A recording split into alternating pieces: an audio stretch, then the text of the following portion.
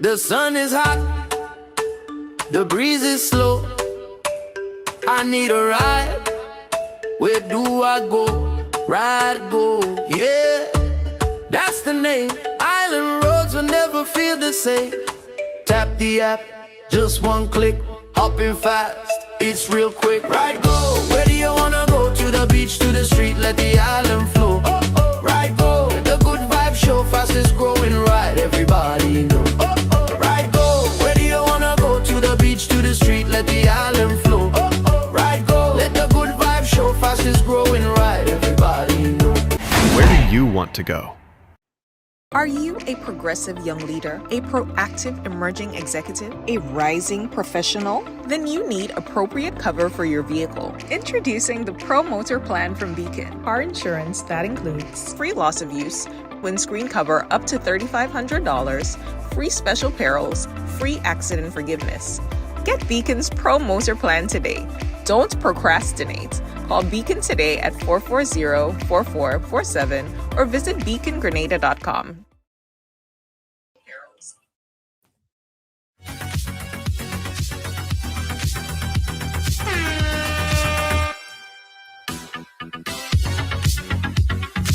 Right along live, welcome to the ride. Welcome to Tuesday on the ride. Yeah, man. Lydia, how you doing? Alice, Curly, everybody. It's Tuesday. Shirley Ann. Quickly, guys, it's a long time we haven't done a roll call. I want to make sure I know where my peeps are logging in from. Where are you logging in from, guys? Quickly. Just put your flag. Let me know where you're logging in from. Let me know where you guys logging in from. Tribute to our loyal viewers, our loyal supporters, or fans around the world. Thank you guys so much for always sticking and staying with us, guys. So amazing. Yeah. Where you guys watching us from?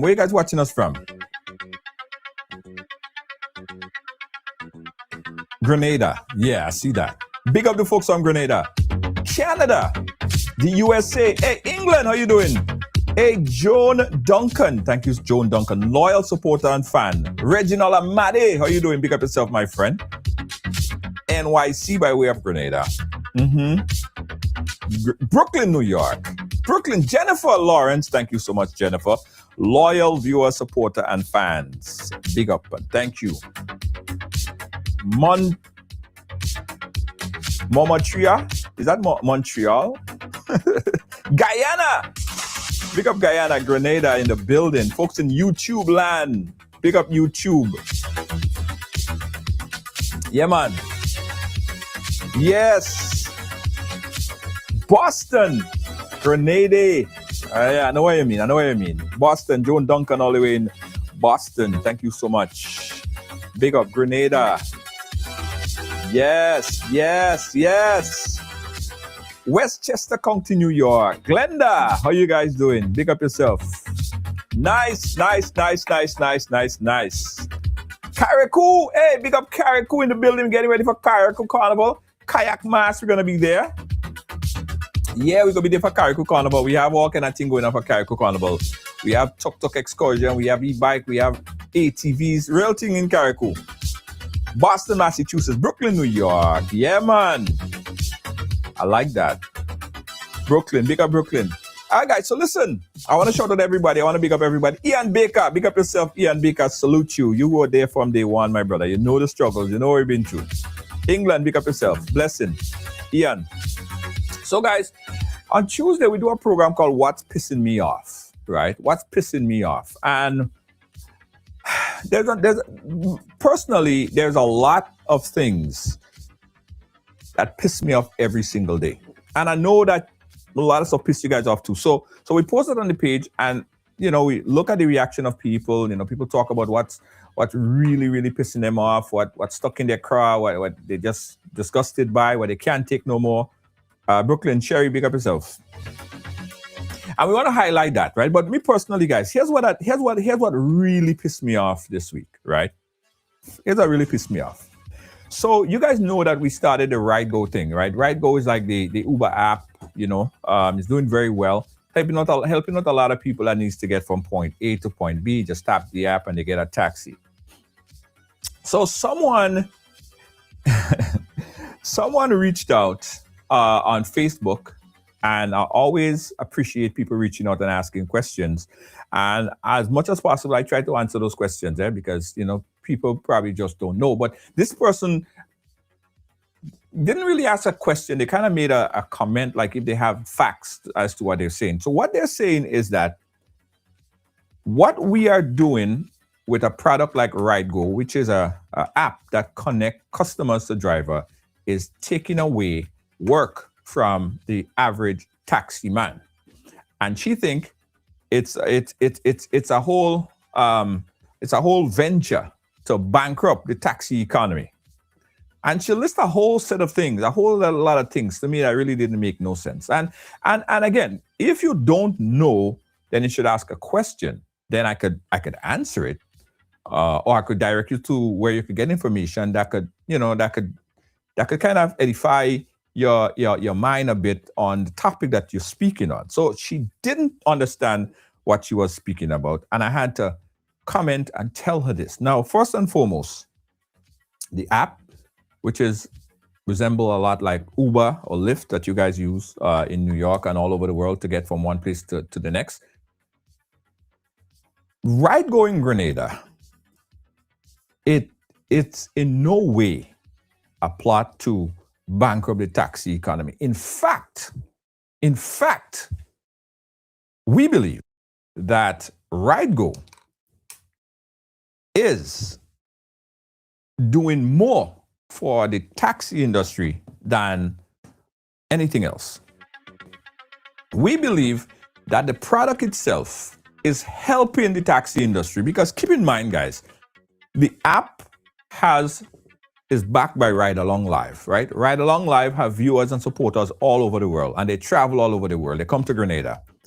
So the app itself has a lot of supporters of Ride Along. So far, we have almost 5,000 members on the app.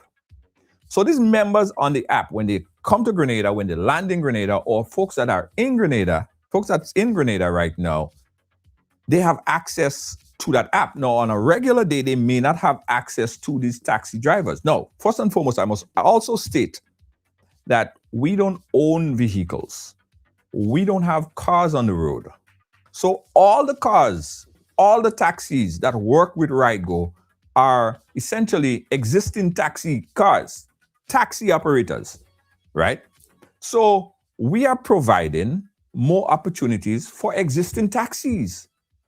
It's not the other way around. It's not we're coming in and we're putting 1,000 cars on the road and we taking, our plan is to take taxi out of business. We are essentially helping and providing more opportunities to existing taxi operators. Point blank period, right? And if you don't believe me, speak to any one of our drivers that currently drive with us. They will tell you that in some instances, there are some drivers on the platform that are now making $1,000, $1,500 per week in their spare time driving with RideGo, right? Ordinarily, they may not be able or have connection with these same customers. Because again, RideGo is backed by Ride Along Live, which has viewers, supporters all over the world. So when they come into Maurice Bishop International Airport, or when they come into Grenada, or folks are in Grenada right now in St. George or wherever, they could just get on the app and connect because it's backed by our global platform, which is Ride Along Live. So we are assisting and essentially putting more money in the pocket of taxi drivers. So the next time you hear it, the next time you hear the talk, right?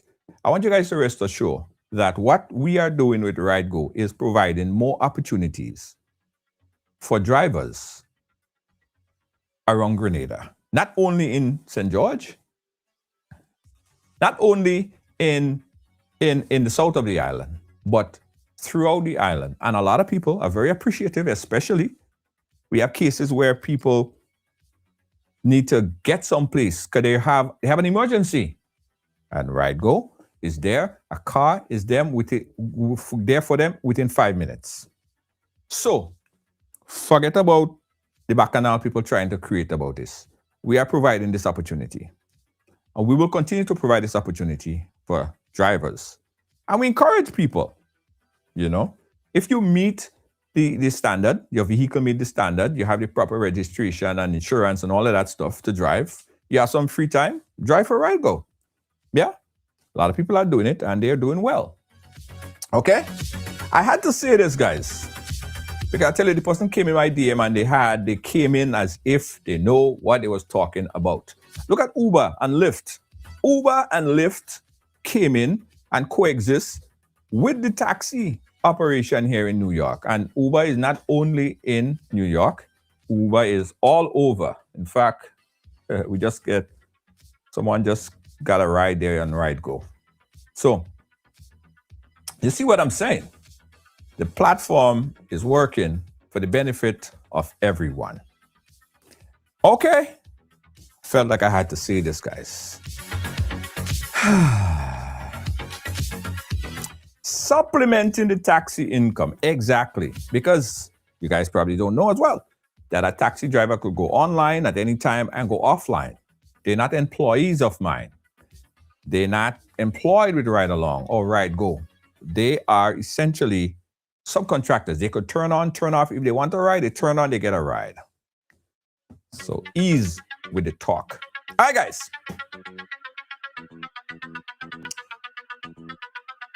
I want to turn the topic around a little bit and bring on a friend of mine. He is, of course, a lawyer.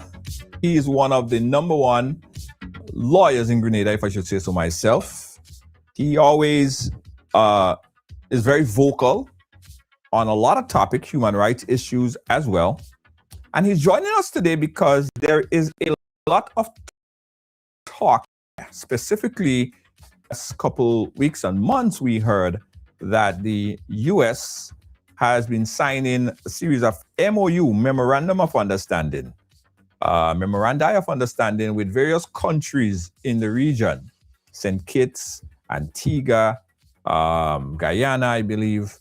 And they are also proposed the Memorandum of Understanding to Grenada. Now, the Memorandum of Understanding basically state that you will receive third country nationals, which is not deportees. I want to make it clear. Deportees are different. If somebody's been deported, I mean, they are a citizen of that country. So it's not deportees. It's third country, where you want to call it, refugees or third country, what's the correct word? I will get it from Jerry.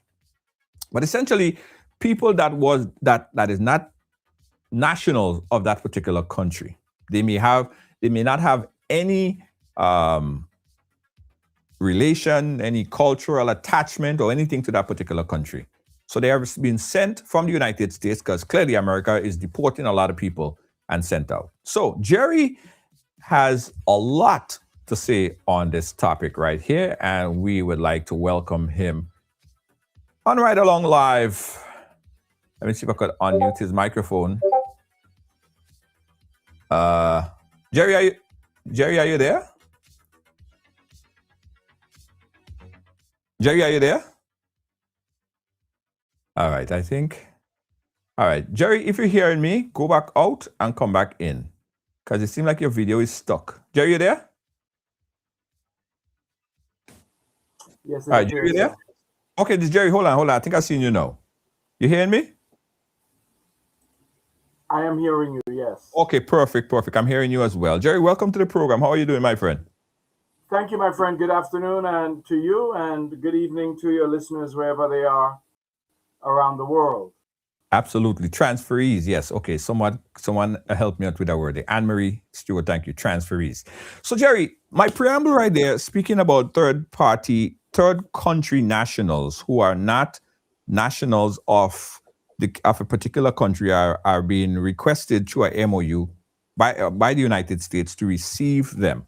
What is first of all, explain to me from your understanding, what are third party nationals so we can have a clear understanding as to what they are? If you don't mind, I'll just like to go back a couple of decades to this program of sending deported individuals from the United States to the Caribbean. I mean, they usually go everywhere else. There are a couple of countries that have refused to accept any deportees or any refugees from the United States. Chief among those countries is Israel. Israel has made it clear to the United States they are not taking any refugees, no deportees.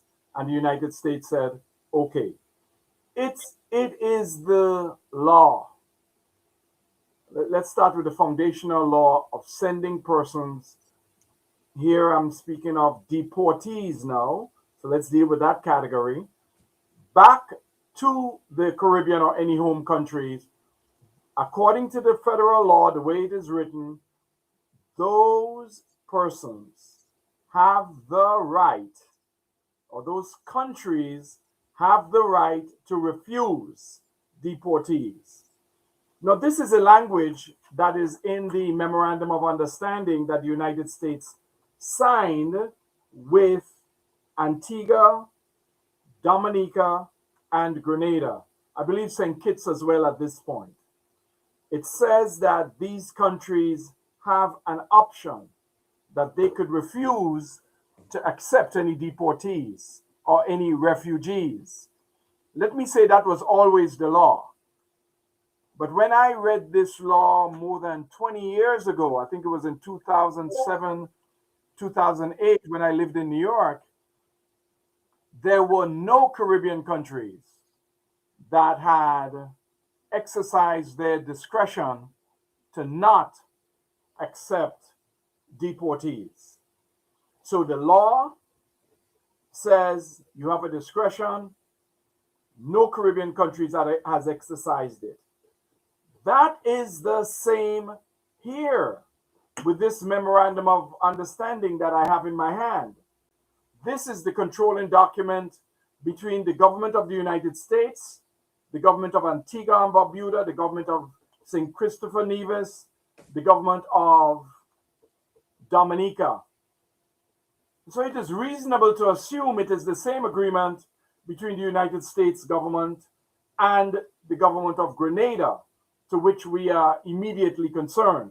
Not that it doesn't concern us with all the other Caribbean countries, but naturally, as Grenadians, and as a Grenadian, I'd like to limit my comments to that. Now, this memorandum came after the United States recently banned several citizens from, I think it was some 34 countries, it might have been more, but they put a ban on further visas to citizens from Antigua, St. Kitts, Dominica, and Grenada. They put a ban on them. Right. It was believed that it was because of the golden passports issue, that is the citizen by investment programs. Right. But we found out that it wasn't. What this was really about is to force these countries to accept citizens from third countries. Now, listen, I should not be on the radio talking about this. I should not be on, I'm a radio person, sorry. I should not be on your program talking about this. The proper person to address these issues is the Minister of National Security, the Minister of Foreign Affairs, Minister, government officials. Right. But it's because they have not been forthcoming to the citizens of these Eastern Caribbean countries. It is left to people to speculate. I do not want to speculate too much. I think lawyers should try never to speculate. Instead, we should look at the documents. Right. I'd like to quote from it, if I may. Sure.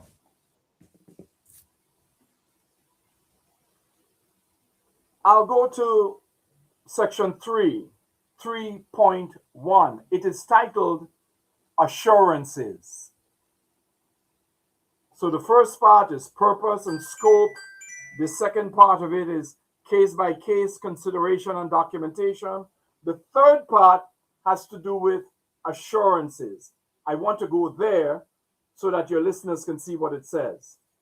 It says the participants intend, and when it says participants, it means the government of the United States and the government of Grenada. The participants intend that all actions taken pursuant to this memorandum of understanding shall be in accordance with their respective obligations under the Convention relating to the status of refugees, that is a United Nations convention, as well as the conventions against torture and cruel, inhuman, or degrading treatment or punishment. So this understanding between the government and the participants is made pursuant to those two United Nations conventions, the one on refugees, of which the United States and Grenada are signatories, and the Convention Against Torture and Inhuman Punishment. Interestingly, neither the United States or Grenada are signatories to the Convention Against Torture and Inhuman Punishment. I must tell you, I was quite surprised. This is a 1984 convention at the United Nations. Most countries have signed this convention. Grenada has not signed it. St. Vincent has not signed it. St. Lucia has not signed it. Trinidad has not signed it. Of course, the United States has not signed it. I wonder why my country didn't sign a convention that bans torture, cruel, and inhuman treatment. In particular, because our constitution in Grenada is explicit against banning, and it says in quotes, cruel and inhuman treatment. So that jumped out at me first. My government has signed a memorandum of understanding and a convention that it is not a party to, with the United States, who is also not a party to that convention. It also states that prior to any transfer, the government of the United States intends to provide the government of Antigua and Barbuda, government of Grenada, with documentation of each proposed deportee's biographical, medical, criminal documentation to the extent it is available and permitted by law. Jerry, stick a pin right there. Did you say medical? It says medical. How the government is going to get somebody's medical records? Good catch. Yeah. Governments cannot get. I mean, there's no document no information more private about any individual than their medical records. And there's laws against that. Of course. Yeah. Of course. It's clear. You see, this memoranda was not the product of any negotiation between the United States and these Caribbean islands. In fact, Dominican Prime Minister Roosevelt Skerritt said, "It is a done deal." The government of Antigua says it will accept a limited number of third country nationals, including deportees. I'm sorry, including refugees. Let me say that again. Right. The government of Antigua has said that it will accept a limited number of third country nationals, including refugees. Mm-hmm. So let's dissect this. If they are not refugees, what are they? These third country nationals, they're deportees. Deportees, yeah. They're deportees. Right. This memorandum of understanding between the United States and these Caribbean islands, these tiny Caribbean islands, who cannot afford housing, proper housing, healthcare, whose citizens are struggling with fragile economies, are accepting deportees and refugees. Right, Jerry. I think Let's be clear about clarify. I think it's important that we clarify these terms. What is a refugee in the context of this conversation, and what is a deportee, and what is a But transferee? the United Nations Convention, let's be clear. The United Nations Convention on refugees are contained within the convention, and you can look at it. These are people who are fleeing war, strife, hunger, man-made catastrophes like hurricanes, typhoons, who are fleeing other man-made conditions like war. So people who flee their countries because of natural and man-made conditions are under the United Nations Convention declared as refugees. There is no other category. This third-party nationals category, that's the bucket into which refugees, into which deportees fall. But Jerry, wouldn't deportees be if you are from that country? So if you are from that country, you Grenadian, or you from Grenada, they would deport you to Grenada. That's different than a transferee who is not from Grenada. Isn't it important to differentiate what is a deportee and what is a transferee in this particular context? Let's look at the purpose of this agreement, this memorandum of understanding. It's in paragraph 1. The purpose of this memorandum of understanding is to memorialize a non-binding understanding between our governments, that is the United States and the governments of Grenada, Antigua, and so forth, to facilitate the transfer of third-party nationals. Right. Not your own nationals. It is third country nationals. But does that make them a deportee or not? A deportee is a different category from a refugee, according to this memorandum. Right. Okay. So if you are a refugee, you ended up in the United States because of a natural disaster, because you were fleeing war, because you were a persecuted member of a group. That is a refugee. A deportee is a third country national. Mm-hmm. Now, your own people, Grenadians, may be a deportee, but they're not included in this group. That's why I went back at the beginning to describe the deportee issue. There were persons who left Grenada as children. Their parents never got papers for them. They grew up, they committed offenses in the United States, they broke the law. They either served time in federal or state prison, following which an immigration detainer was put on them and they were sent back to their country. Right. Right. That's not what this agreement is about.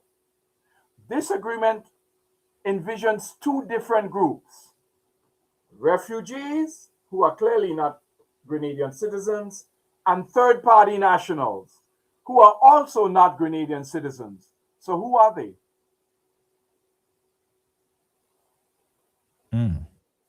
I think this is what,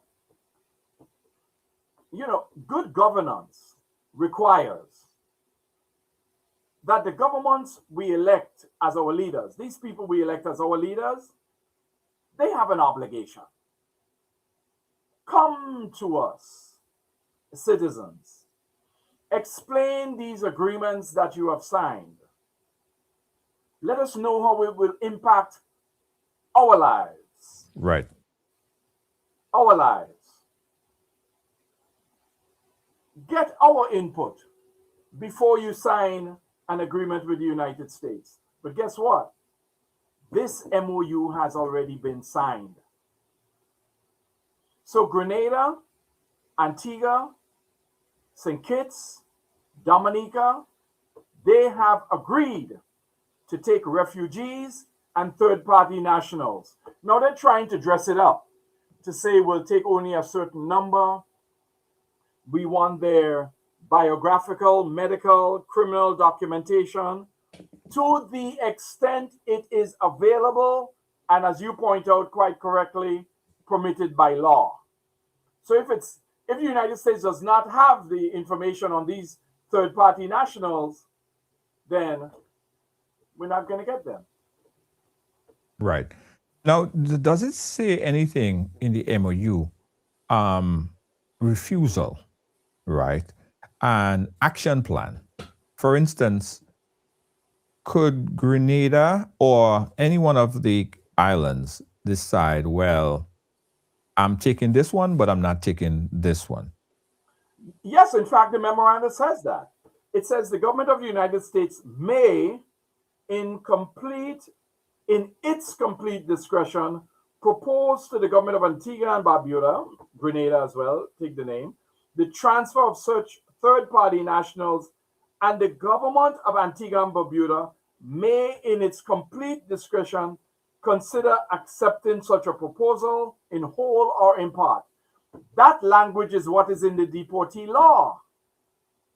As I said, no single Caribbean country has ever exercised its discretion to not accept a deportee. I think the same situation would obtain now. In fact, the conditions are so very different. Now it's Donald Trump, and you know he's not taking no for an answer. Yes, he is. If he has to ram the stick down your throat, he is going to do it. It appears to me this has been done, and as Mr. Skerritt, the Prime Minister of Dominica, has said, this is a done deal. I think it's now up to them to sell it to us as citizens, but it's going to be a very tough sell. Where is the housing, medical care, social umbrella that you can barely provide for your own people that you now have to provide for these folks? What Is are the the government of the United States saying that they will subsidize these folks when they come here to Grenada? If that's the case, at least let us know. Well, no, that they said that this morning. There was a press conference this morning. The Prime Minister and also the Minister of Foreign Affairs was there, giving the details of that, and they spoke about subsidies, right, that the countries would receive. Now, is that stated in the MOU, or probably it's not in the MOU and it will be in the action plan? But is there any way inside of the MOU that speaks to remuneration to the countries for accepting non-nationals? Well, listen, there is nothing, zero, in this MOU relating to what they call subsidies.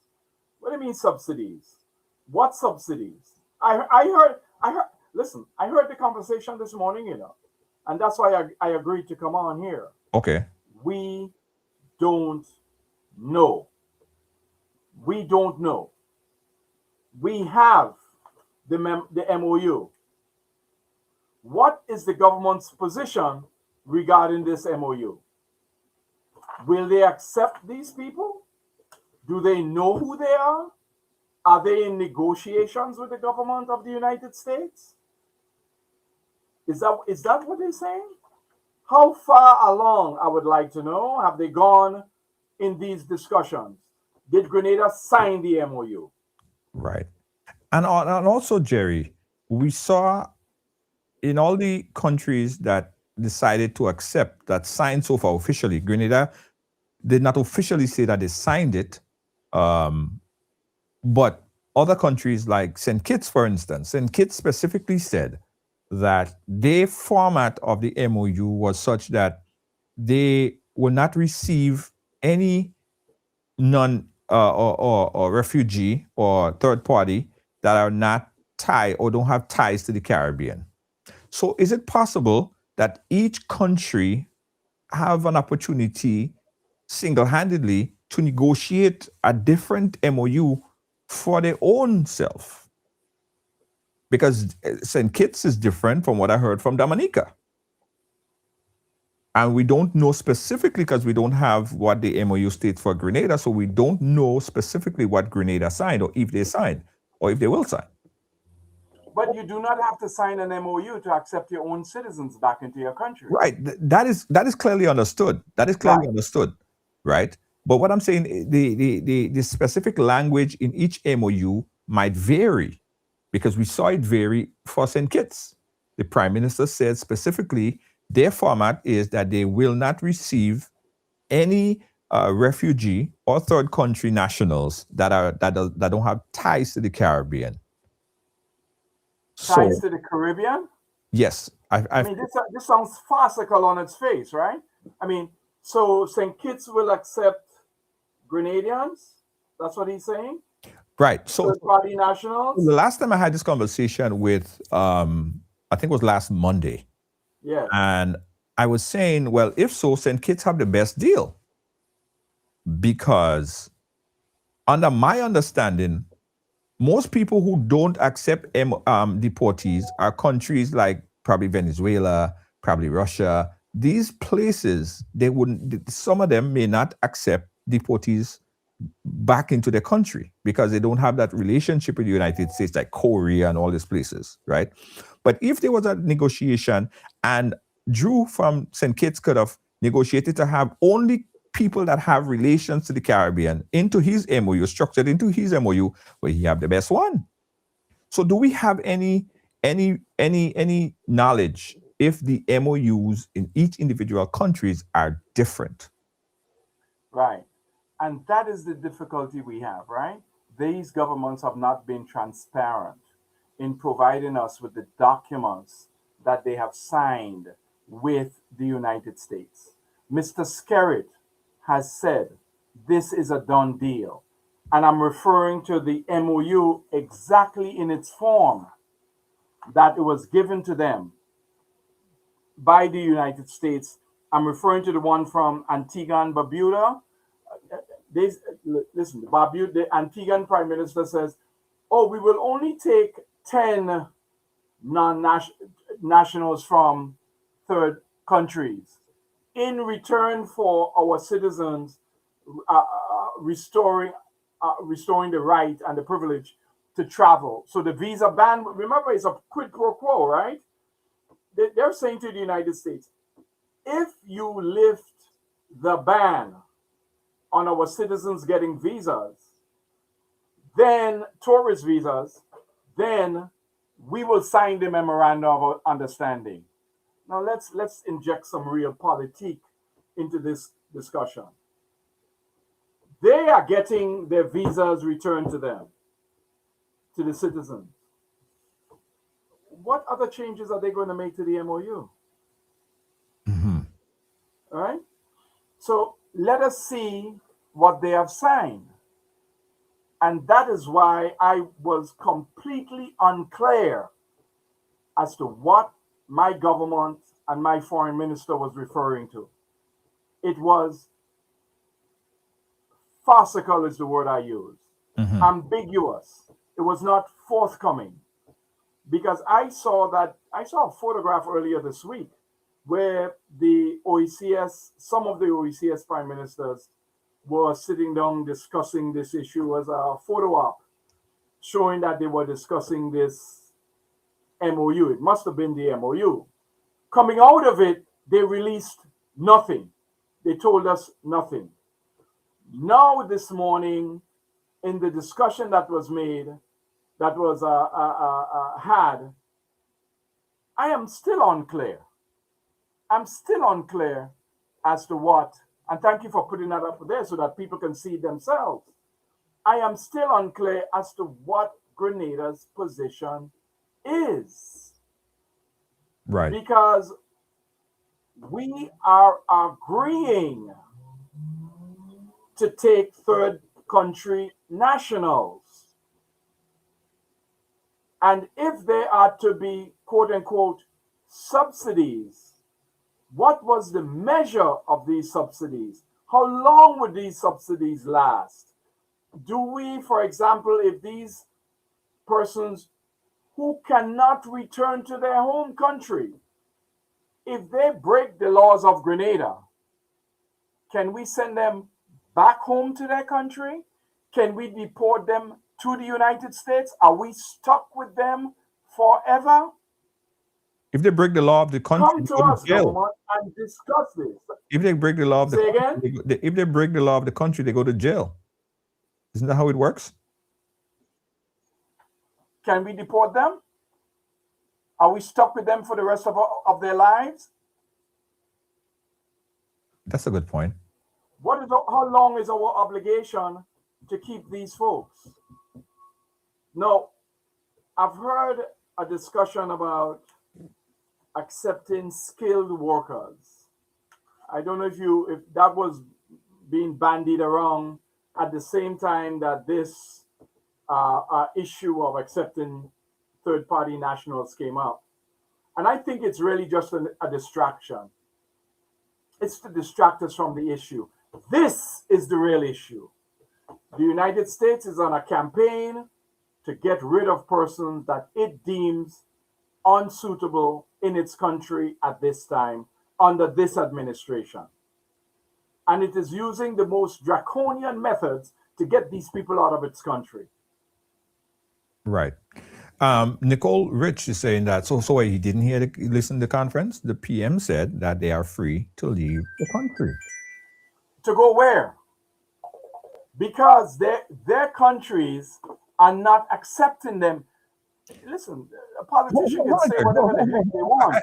Hold on a second. Politician can say anything he or she wants. It's up to us to interrogate what the politician says.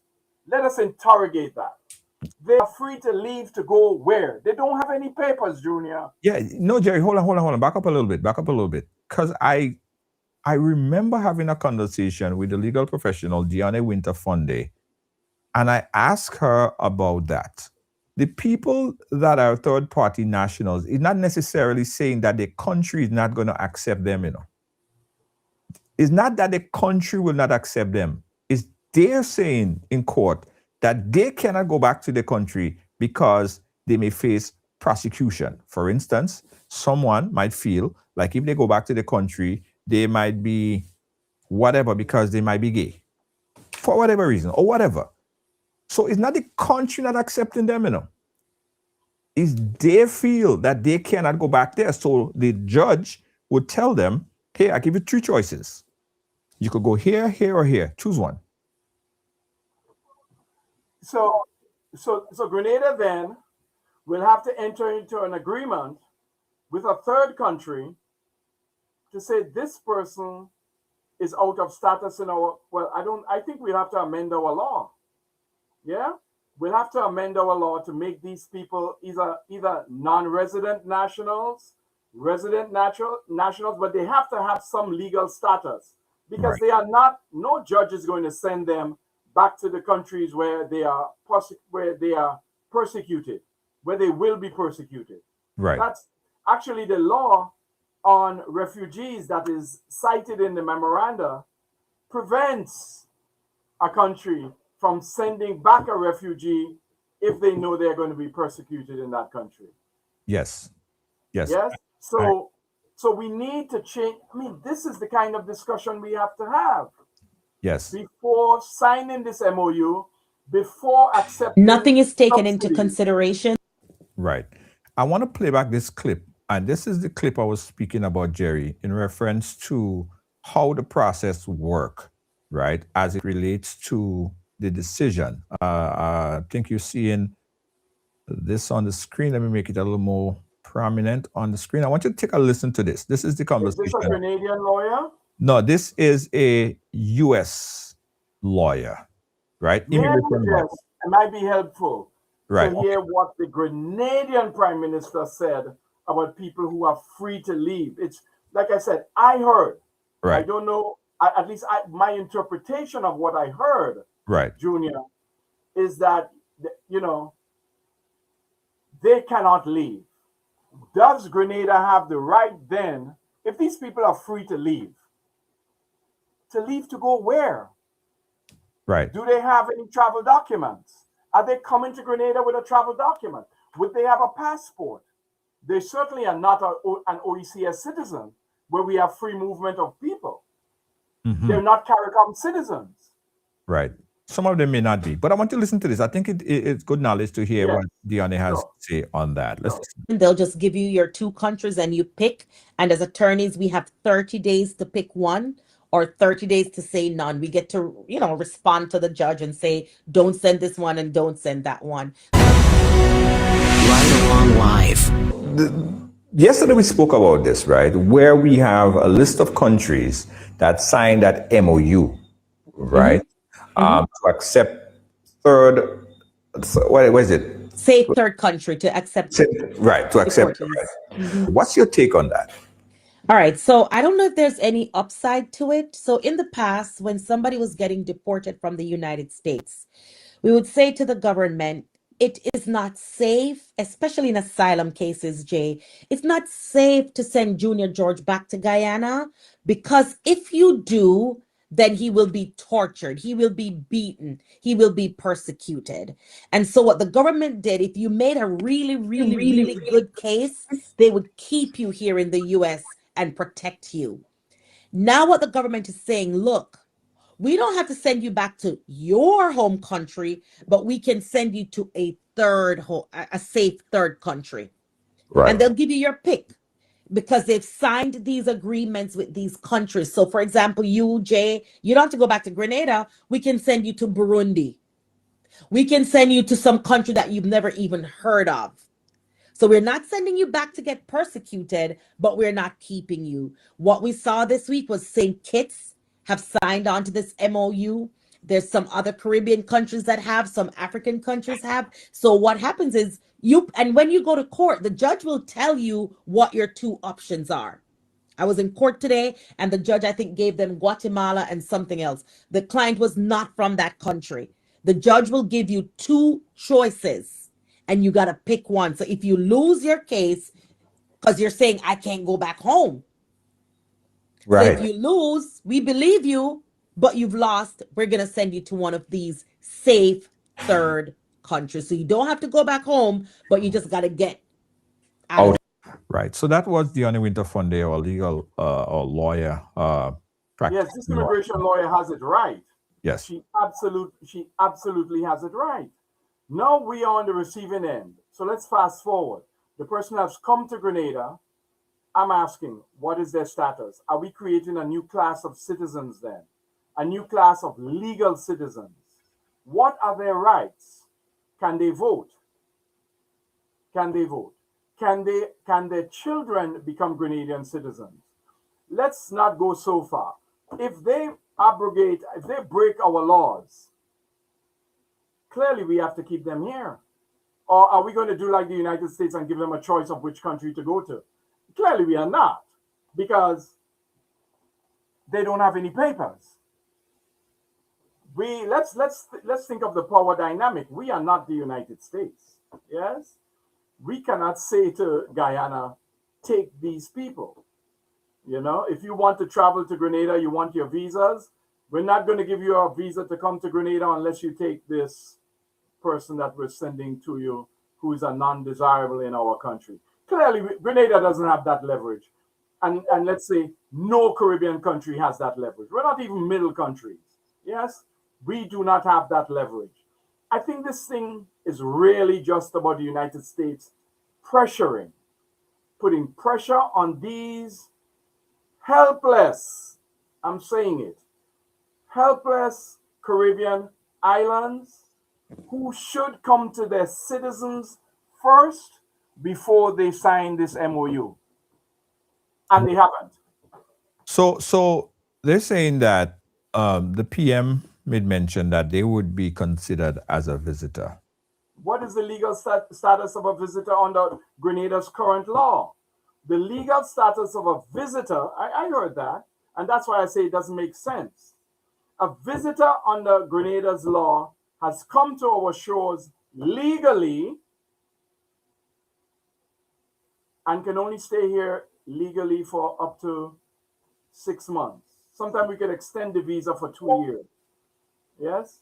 If they do what they're supposed to report, be in good standing, don't break the law.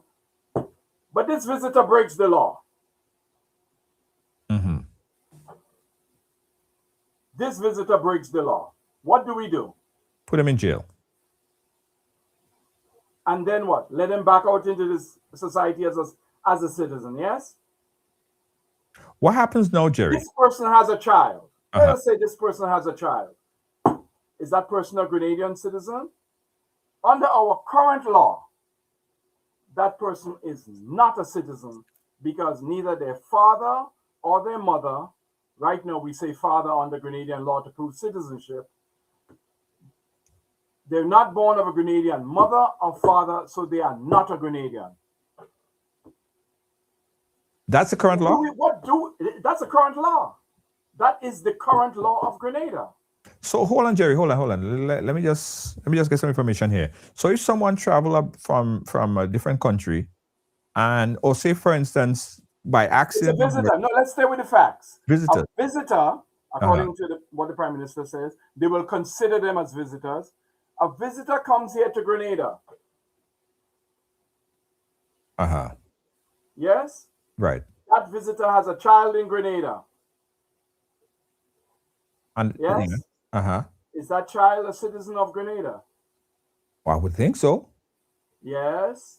Yes. No, the parent is not. Yes? We are Right. clear about that. Right. The parent is not. How, Junior, do we treat with this parent?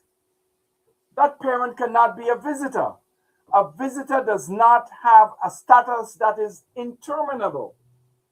Under our current law, a visitor can only remain here for a limited period of time.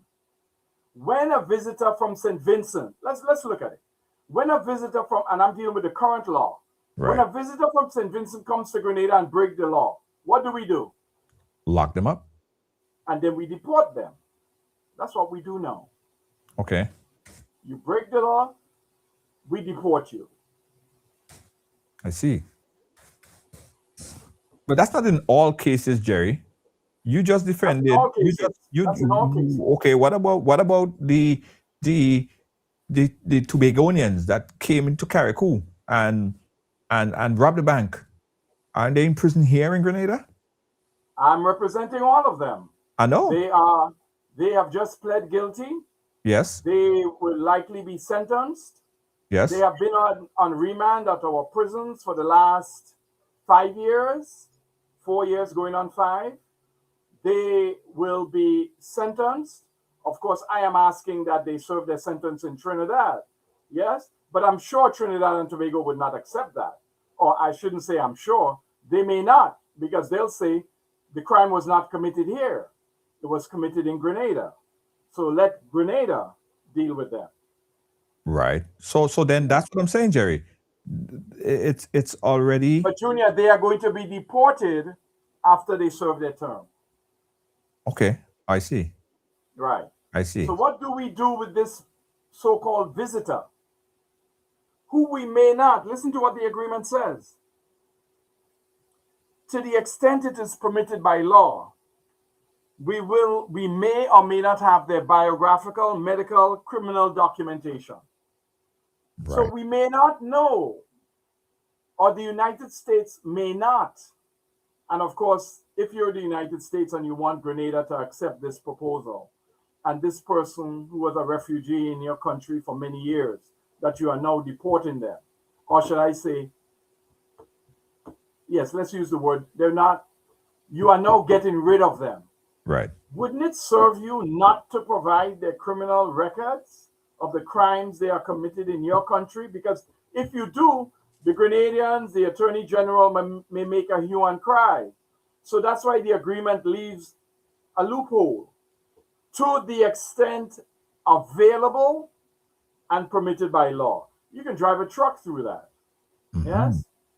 All Mr. Trump has to do is sign an executive order that he's not going to provide any information regard. So what, you understand the quandary we are in. We are negotiating from a position of weakness.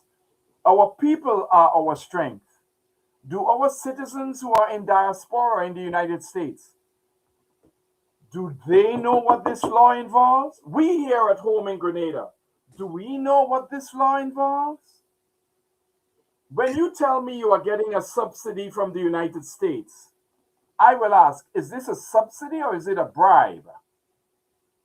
Sounds to me like it's a bribe for you to accept these people.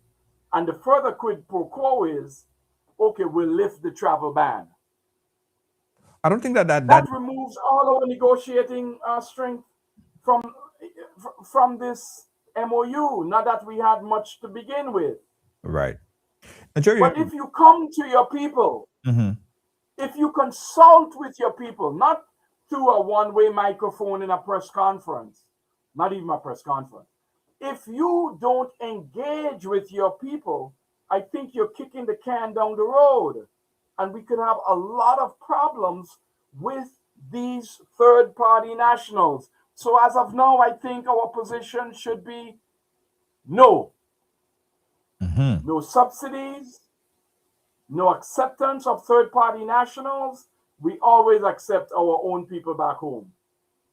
Whether they have broken the law, whether they want to come back on their own as Grenadians, the United States says that you've been a criminal and you have to come back to your home country.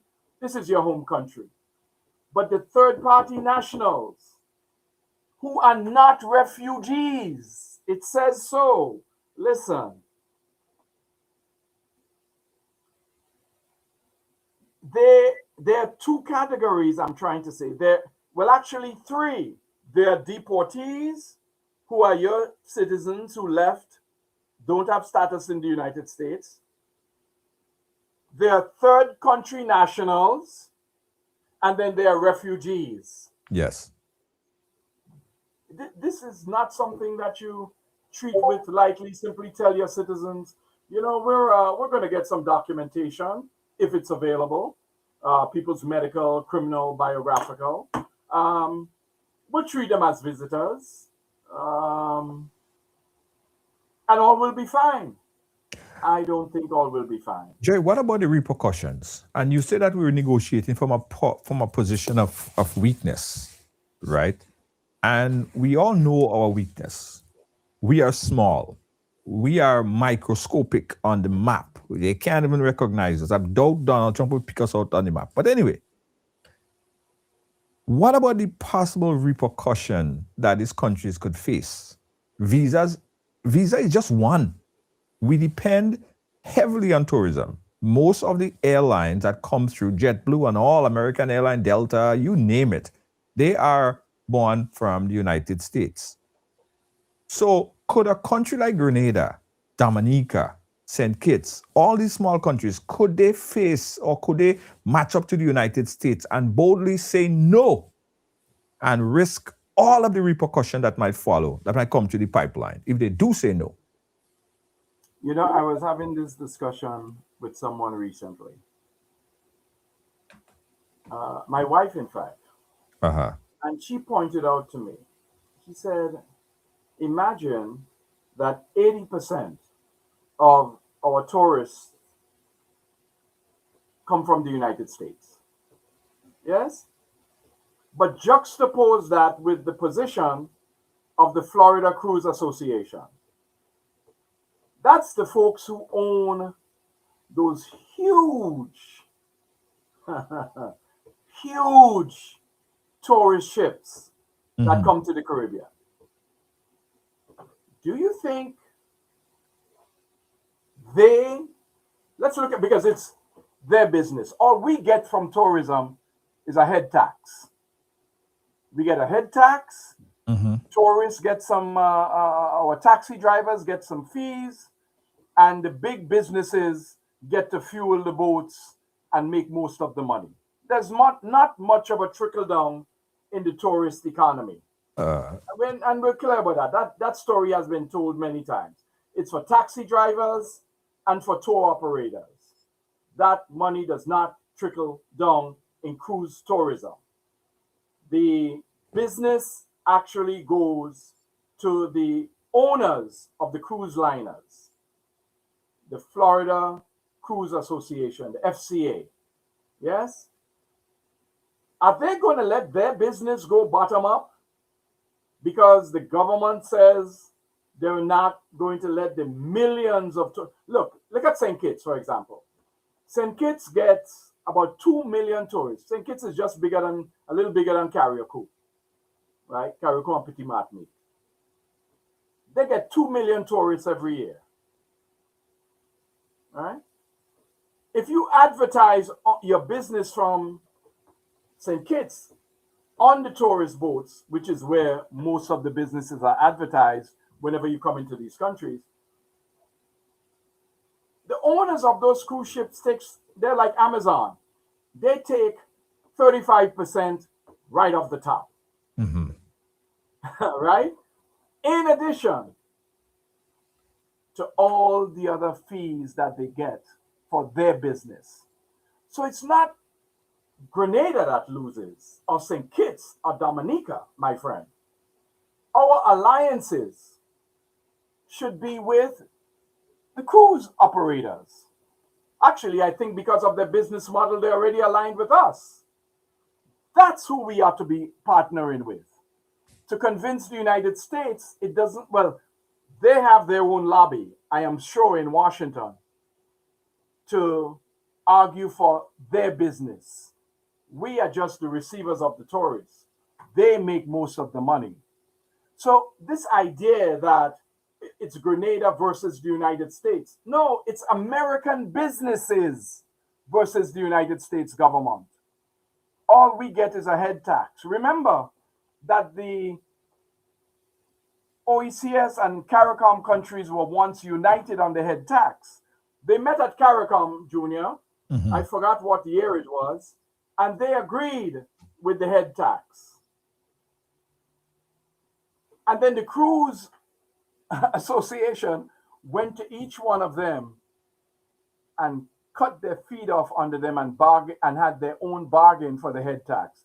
So Antigua, St. Kitts, Grenada, Barbados, they all have a different head tax for the tourists that come into their country, right? We were once united, we were picked off, not by the United States government, but by the businesses who make billions of dollars in this operation. So it's not Grenada versus the United States, but it's American businesses versus the United States. And so you see the stakes suddenly become a lot higher.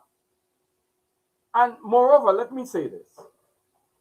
You know, I did the study on Grenada and our diaspora, and we have 235, probably at this point, 250,000 Grenadians in Trinidad, Canada, the United States, the United Kingdom, all together, not more than 250. Any other numbers you see are incoherent and they are wrong. These people we have in the United States, in New York, we have 160,000. I should say New York, but in the United States, we have 160,000 citizens of Grenada, Little Grenada, in the United States alone. Do you know the voice that they have if our diplomatic corps, if the foreign affairs people reach out to these citizens, many of whom serve in very important institutions, in the United States to lobby them. Small countries have power inside big countries. We don't leverage that. As Caribbean countries, we do not leverage our diaspora to meet our national objectives. Hell, CARICOM as a whole doesn't speak with a single voice. Can you imagine if CARICOM was speaking with a single voice? Mm-hmm. After all, we have provisions within the formation of CARICOM for a parliament, but we are mute. I've been using the term lately. Mute Grenada, mute Caribbean. We are willfully mute. We are not participating in the conversation regarding our own national objectives. The politicians are not going to invite us around the table for that conversation. But we, as civil society, our Bar Association in Grenada is mute on this issue. Our Council of Churches, mute on this issue. Likewise, our trade unions. There are some voices from somewhere, people just talking on Facebook. But as an organized community, we are mute in diaspora, we are mute in the larger region, and mute in the sub-region. So we just take what the politicians tell us. I think that is unacceptable.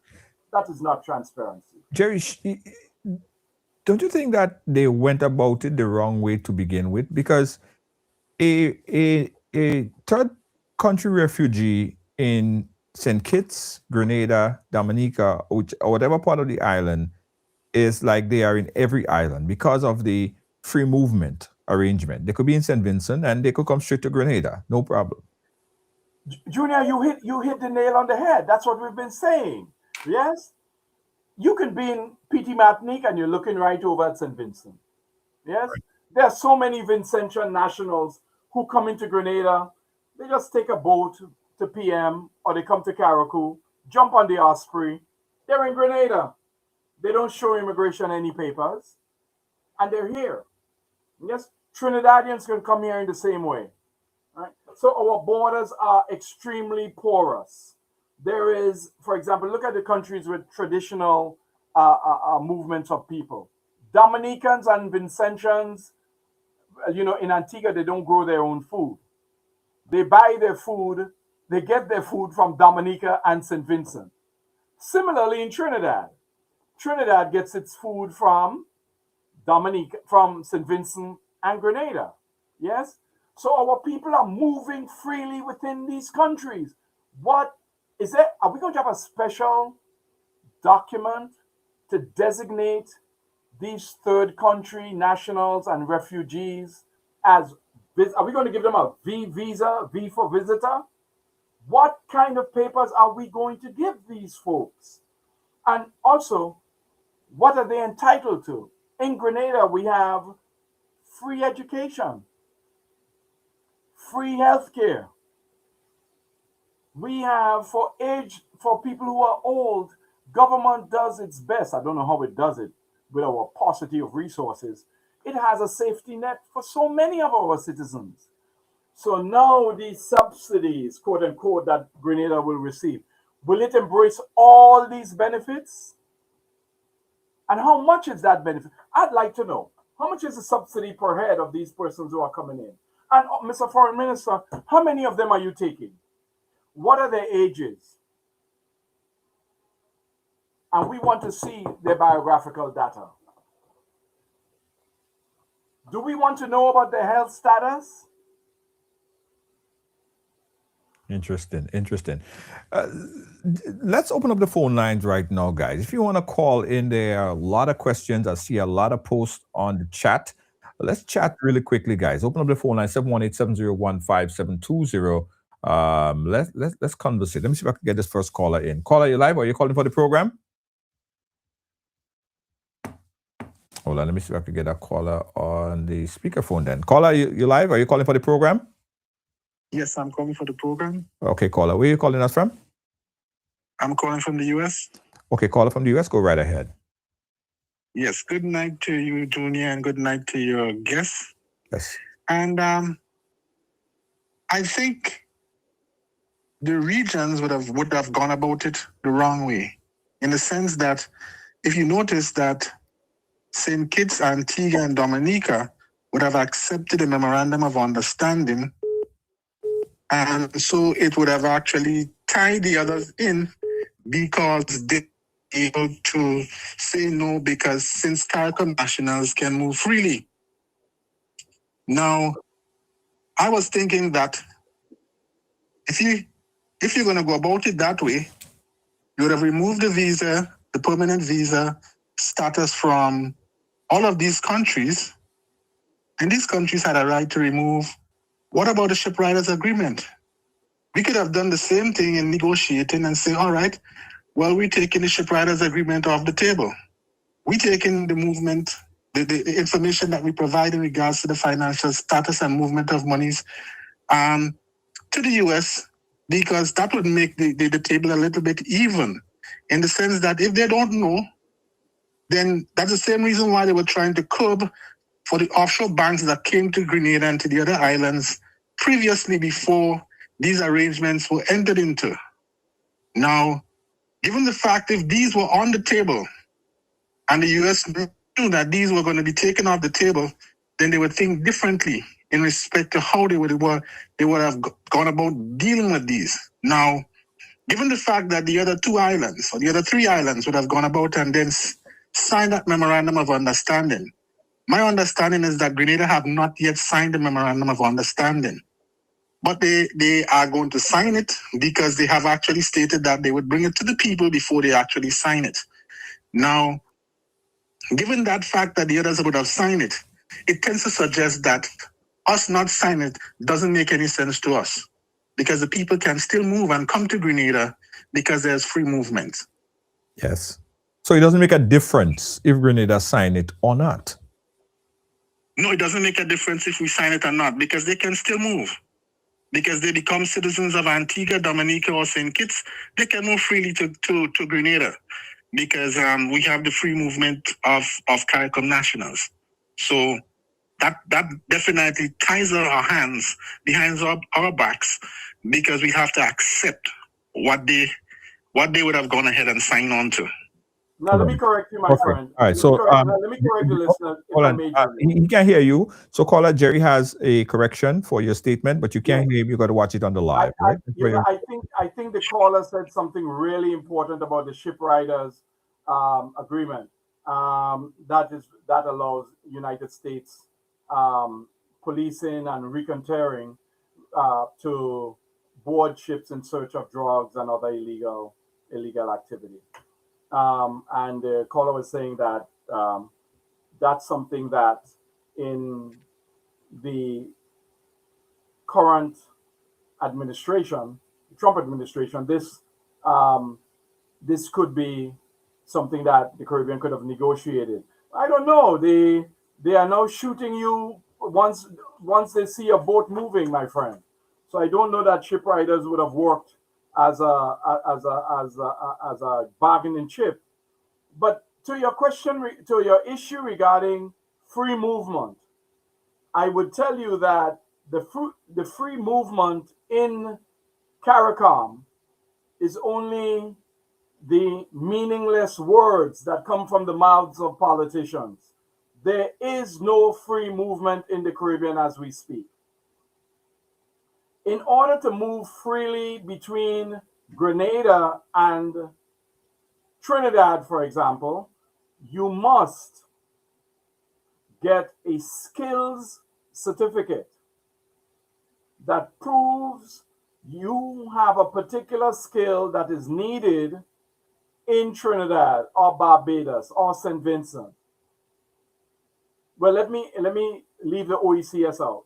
You must prove that in the broader CARICOM. We're part of OECS. OECS does not have that requirement. And then it's up to the discretion of that country for you to come there to work. You can always go visit another Caribbean island, but you cannot stay there permanently. You are not permitted to stay permanently. You can stay for 6 months and you can extend your time for a year, go back to the authorities and extend your time. You cannot work in Trinidad and Tobago or Barbados or Jamaica if you do not have a skills certificate. To travel to Grenada from St. Vincent, because we are talking about these OECS countries that signed that agreement, St. Kitts, Antigua, Dominica, and we're saying that they do not have citizenship status. They don't have citizenship status, so we are unclear whether they can move legally. The Prime Minister says they are a visitor. Let us presume they are a visitor in Antigua as well. But if they are a visitor in Antigua, they cannot travel to Grenada with a status as a visitor to Antigua. So my friend, just let me correct you. I don't think the law aligns with your position, but you make some very good points about ship riders and free movement. But as it stands now, that will not avail the third party refugee or the asylum seeker or the third party national. Ironically, the only person that can move freely between these islands is the refugee. I'm sorry, the deportee. Sorry. Well, The not even the deportee to deportee. Grenada is still a citizen of Grenada. Transferee. Yes. Yeah. That's the only person who is in Grenada from the United States that's involuntarily transferred who can move among these countries. But let me be clear, the MOU does not concern deportees who are nationals of these countries. It concerns refugees and it concerns persons from third countries. Right. So presumably they are not refugees. A lot of questions here to answer. A lot. of questions. So, Jerry, are you saying that all these countries, namely Antigua, St. Kitts, Guyana, all these countries that signed, they actually did not understand, they did not review, or they just made a big mistake? You say together they just all went into this blind? Guyana hasn't signed yet, although they are indicating they will be signing. Right. They capitulated. What choices do they have? The leverage they have, they didn't use it, Junior. The leverages that they have, they did not use it. And from what we have seen with the deportees issue, I point to the deportees because of the discretion. When it comes to deportees, someone who have lived in America for 40 years, 30 years. Look, I left when I was 16. I spent 40 years, never came home. Let's say I came home now at 56. Or I committed a crime in the United States and they're now deporting me. Grenada had the option to say, no, we don't want that. You know, he's been gone for 40 years. We don't know him, right?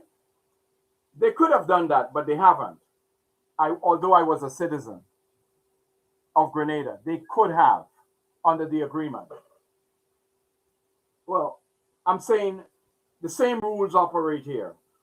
They didn't exercise the discretion, and the MOU between the United States, although it says they have the discretion, they've capitulated.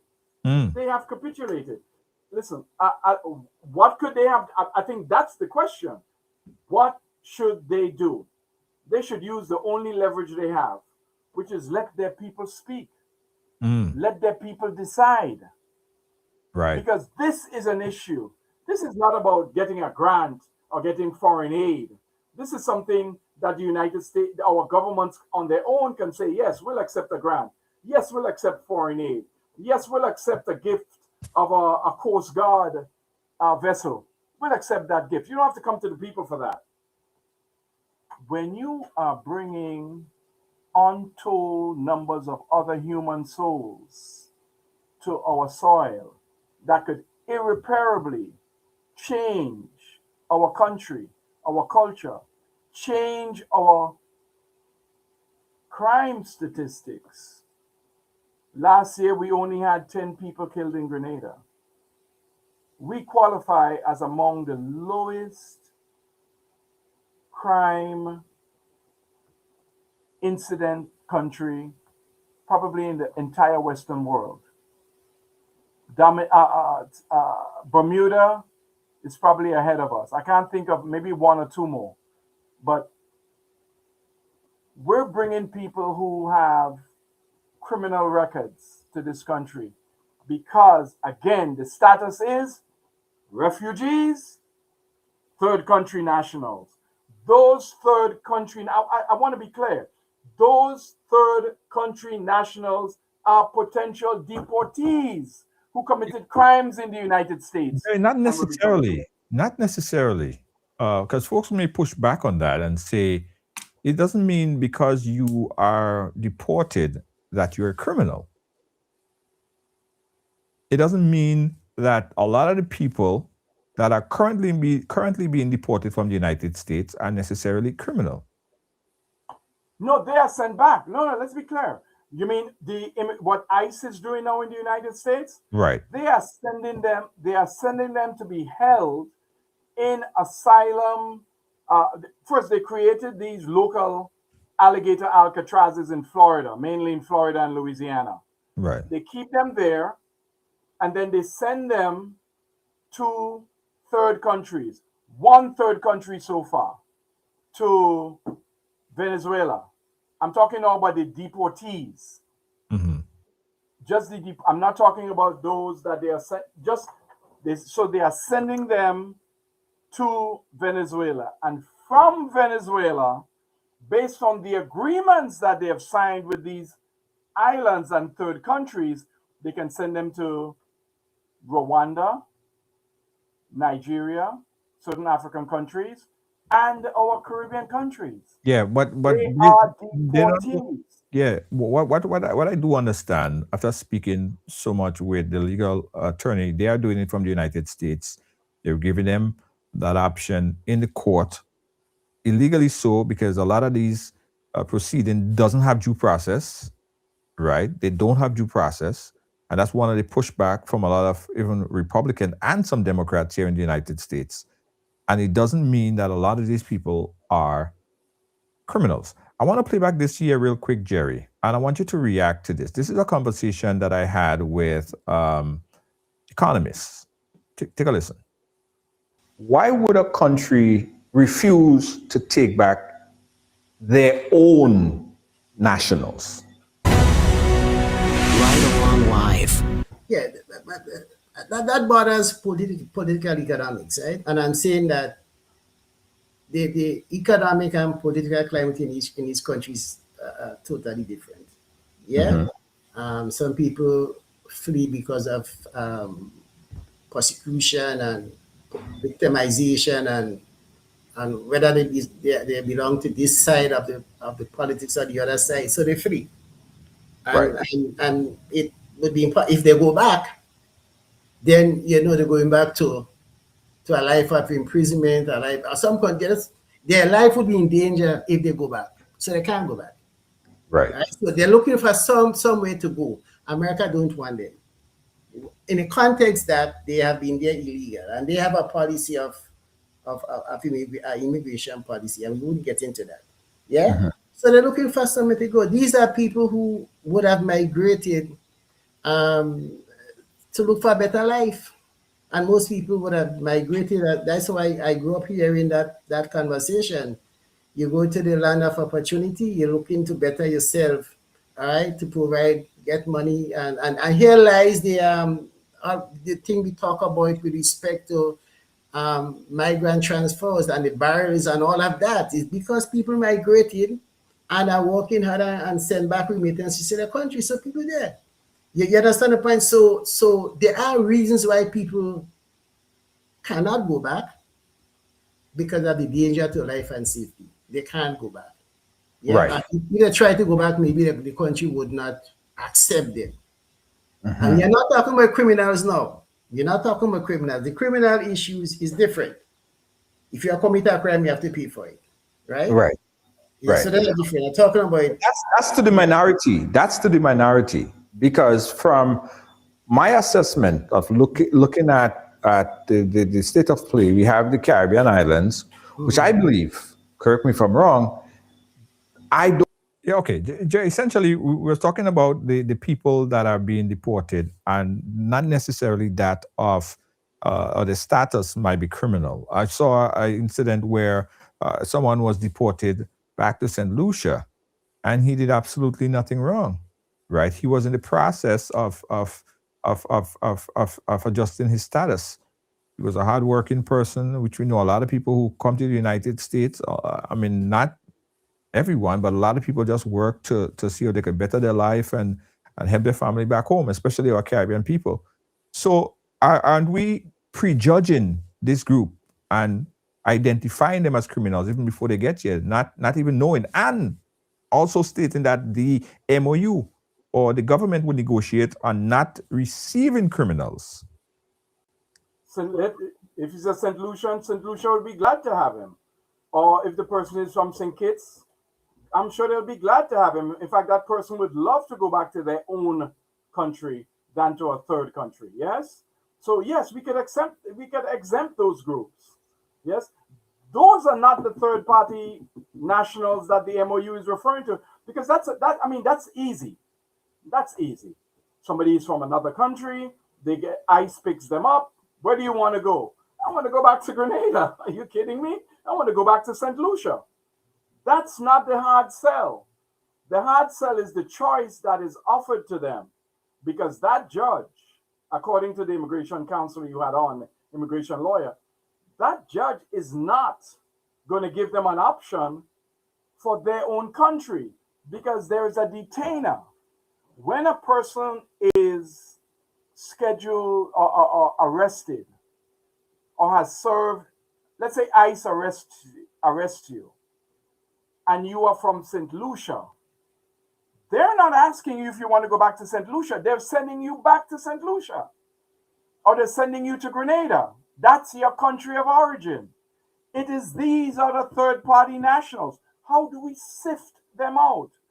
What is the reliable information that Grenada can depend on when the MOU says the documentation, to the extent it is available and permitted by law? What is it? Look, let's say the person commits a sex crime. We don't have a sex registry here in Grenada. What is the obligation of the United States to tell us what their criminal record is? And if they do tell us, will we accept someone who is a pedophile into Grenada? Right. I don't think we are. I think that by negotiating one by one, we will get picked off. We should be speaking as one body, whether it's CARICOM, whether it's OECS, whether it's these islands in conjunction with their international partners. And here I speak of the trade partners. I refer to one industry, the cruise ship industry, but we have others. We have, for example, the banking sector. Look at the VI. Look at the leverage we have in places like Turks and Caicos, Virgin Islands, Anguilla. In those three miniature-sized countries, you have registration of most of the corporations in the entire world. Look at an island like Bermuda. Bermuda has all of the world's insurance companies registered in that little territory. Where are our alliances? Trinidad sells its natural gas to the United States. Where are the partners? By the way, interestingly, I noticed that Trinidad and Tobago is not on the list to accept third-party nationals and refugees. So you see, my friend, it's a political decision. It's a political that decision. The Trump administration made as to who they would force to accept this. And we are reacting, I think, believing that we could go one by one. Antigua, St. Kitts did not say, let's sit down with our fellow CARICOM leaders and see how we could speak with one voice about this. Because Yeah. I think if we do that, the Trump administration would back down. They don't want to tell American citizens that the only place you can do tourism is inside the United States. Although most Americans, their tourism is within the 55, the continental United States. The fact is, there is a multi-billion-dollar industry that depends on these Caribbean islands. What does it serve these companies if we become unsafe? I read a story in the Miami Herald, the largest newspaper in Florida, and they mentioned in connection with this issue that gangs, and let me use the language that the Herald used, gangs are the existential threat to the Caribbean. I want to know which Caribbean they're talking about. Right? Is that a precursor of something to come? Because it's certainly not the state of play now. The United States put a travel advisory on Grenada. Everyone knows that is political, right? That Grenada is hardly unsafe.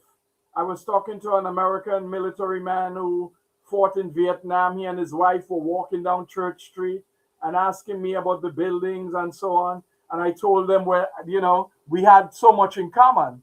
And they said, why is America saying Grenada is not safe? We haven't deployed our resources to help us resolve this question. I want to play this last Going video one here. island cap in hand to Donald Trump Yeah. and the American administration is not the way to solve the problem. Jerry, I want you to react to this video right here. This is a clip from earlier today. Okay. Just before I ask the question to Prime Minister to give an update on Baltazar and Molyneux, I just wanted to ask Minister Andel, just for clarity, you said sign a non-binding MOU, and we know that has been the debate since the actual request came. So can you just elaborate a little further, give people a better appreciation as to what you meant when you said that you would sign a non-binding, whether there is a duration and so? Simply put, we are not bound. We do not have any legal commitment to any of the things. So we are at the exploratory phase. When we do sign the MOU, we now get into the nitty-gritty. For example, the Prime Minister just touched on the last point the PM made regarding housing. We're obviously not going to incur expenses to help somebody else solve their problem.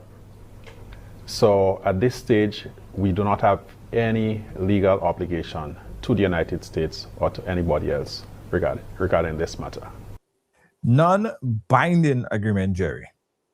5.5 of the MOU says, the last point it makes is that this MOU becomes operative upon signature by both parties.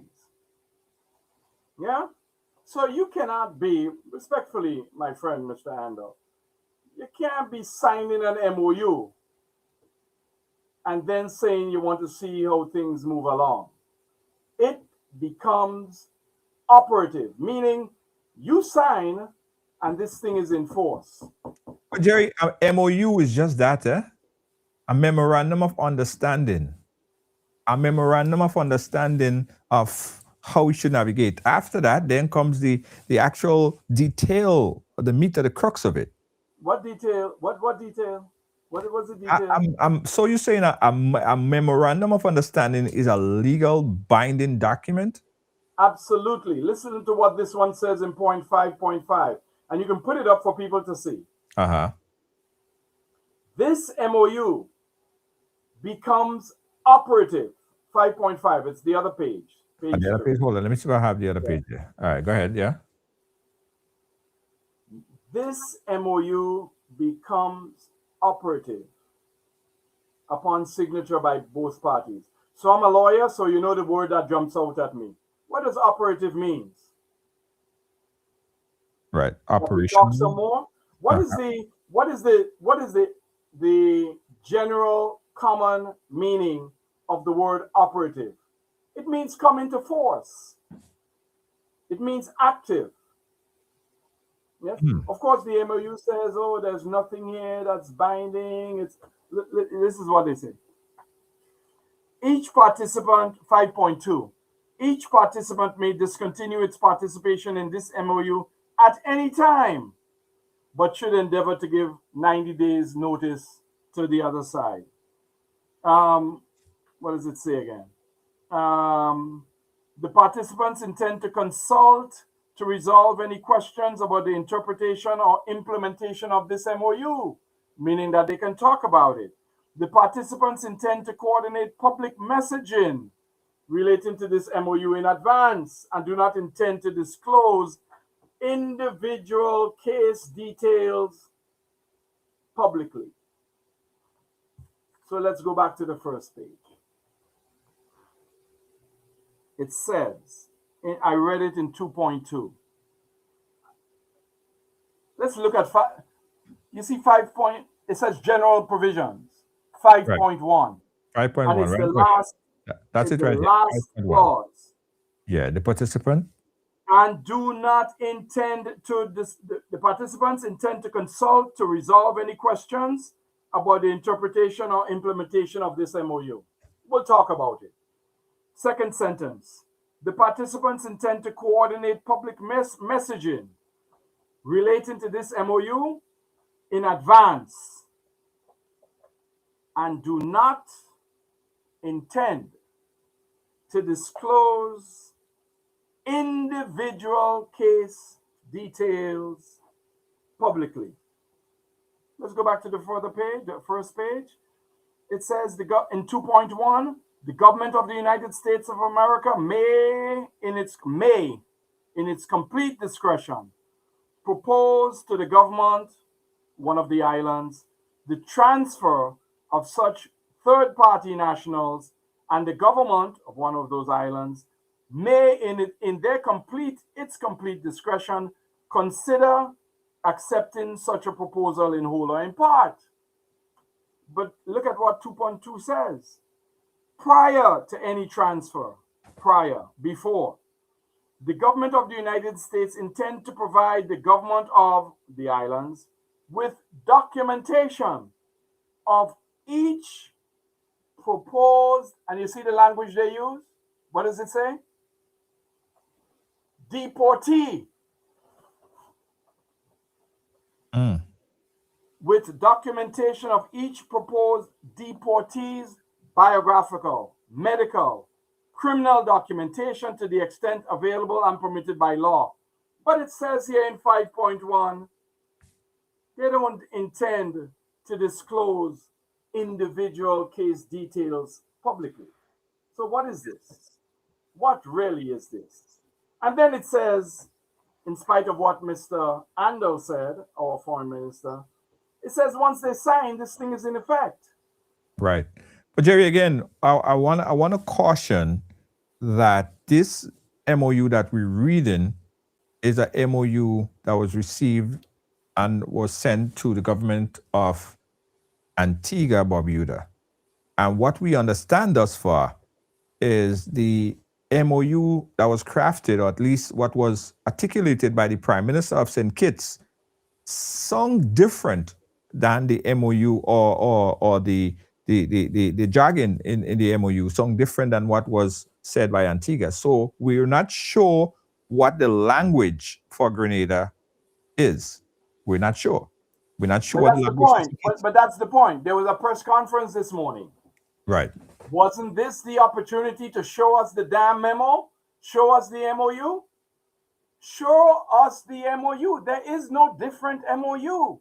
The only reason why this is saying Antigua, because this is the template. This is the template that they're using. This is the template. Would Grenada, please, Mr. Foreign Minister, I'm announcing this one right along.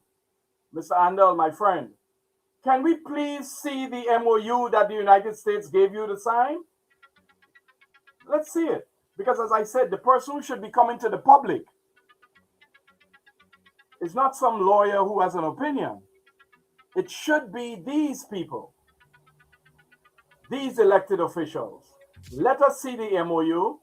Have a call-in. Go on local radio. Go on local TV. Have a call-in. Have some town halls. You know, the government used to have a lot of town halls before the election, right? And just right after it. Town halls for so. If any issue demands a town hall, it is this one. Come and talk to your people. Right. Because once you sign, I've never seen an MOU that said, and I've seen a lot of these documents, that says it becomes operative. It may say, and many of them would say, this agreement is signed in good faith by the parties as an example of their intention. This word operative does not belong in an MOU, my friend. True. Not in an MOU. This understanding is that y'all better sign this damn thing if you want to get your citizens or your visitors to enter my country. So says the Trump administration. Yeah. Right? This is the template. And it was given to every single one of them. Yeah. Let us see if it's different. Let's take this last call before Yes, we sir. wrap up Thank here. you. We got a call coming in. Thank Caller, you. where are you calling us from? I'm calling from Toronto. Toronto, go right ahead. I think Mr. Edwin needs to get another copy that the minister said today that everyone can get a copy. The Prime Minister actually said that everyone can get a copy of what they have sent to the U.S. So I think he needs to get an updated copy in order to, instead of talking about all this stuff, because he needs to update it. He has the first copy that all the other islands got. He doesn't know exactly what Grenada has sent to the U.S. And he needs to get that copy in order to be having such a conversation. Thank you. I was going to ask the caller if he had a copy. Right. Yes, because according to the New Today, the government of Grenada, let me read the headline, January 24th, that's Friday. Grenada moves closer to accepting U.S. deportees. And the Prime Minister has said that this is an opportunity for us to get workers through this third country national program from the United States. I have no difficulty in taking those workers.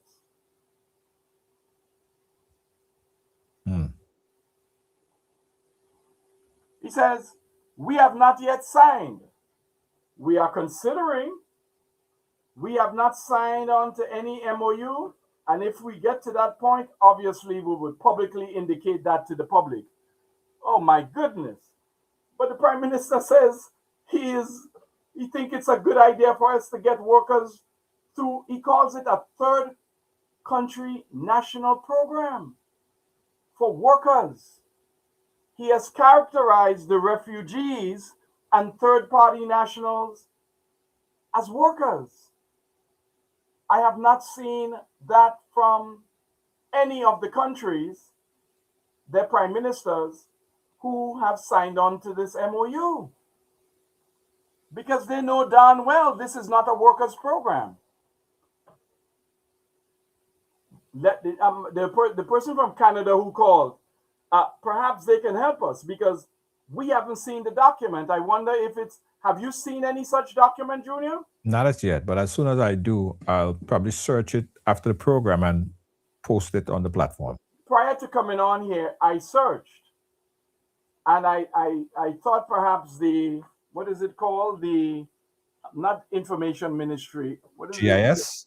it? GIS Grenada? Yeah, Government Information Service.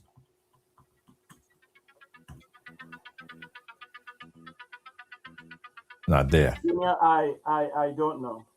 All right. Because the word in the public forum is that Grenada is moving closer to sign this MOU. And this is the only MOU we have seen. Okay. This is the only document we have seen. Okay.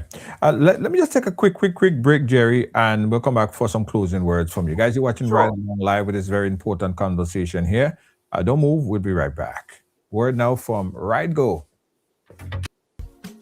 Need a taxi? Download RideGo from the App Store. Tap the app.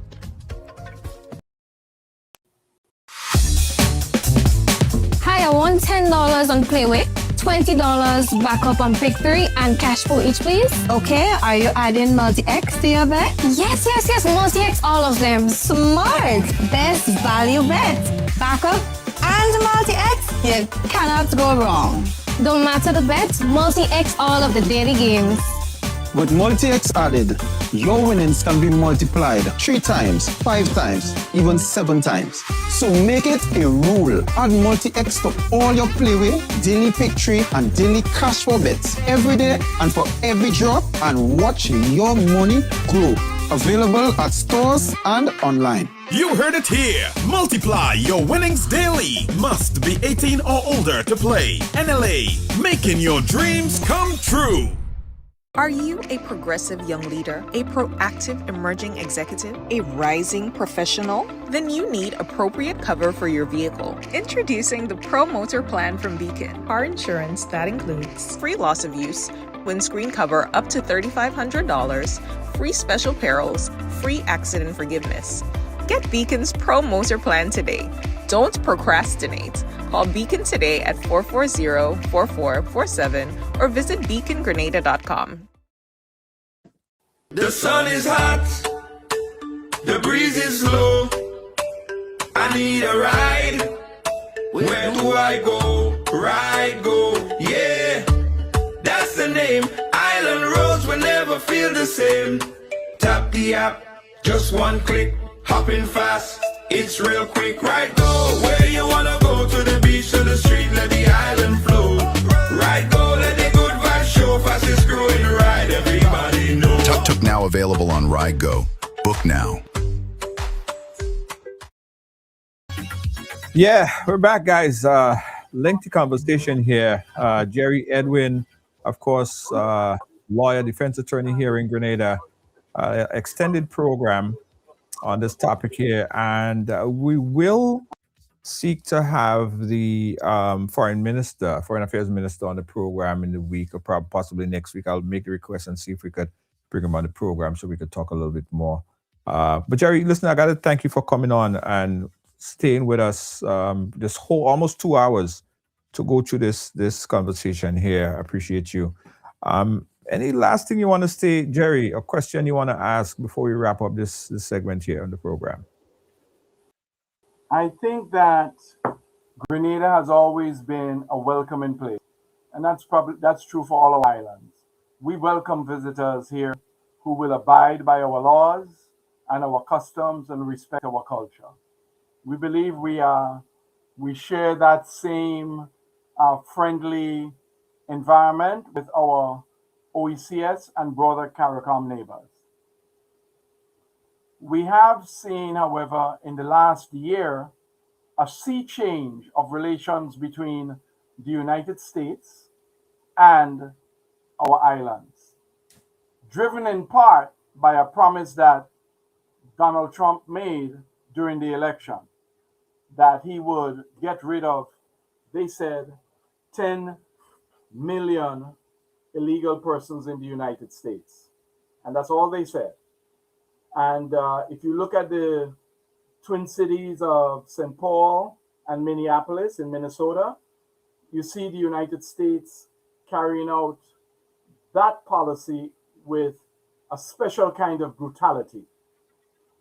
The courts have ruled that those immigration agents, if we want to call them that, cannot operate in Chicago or Los Angeles.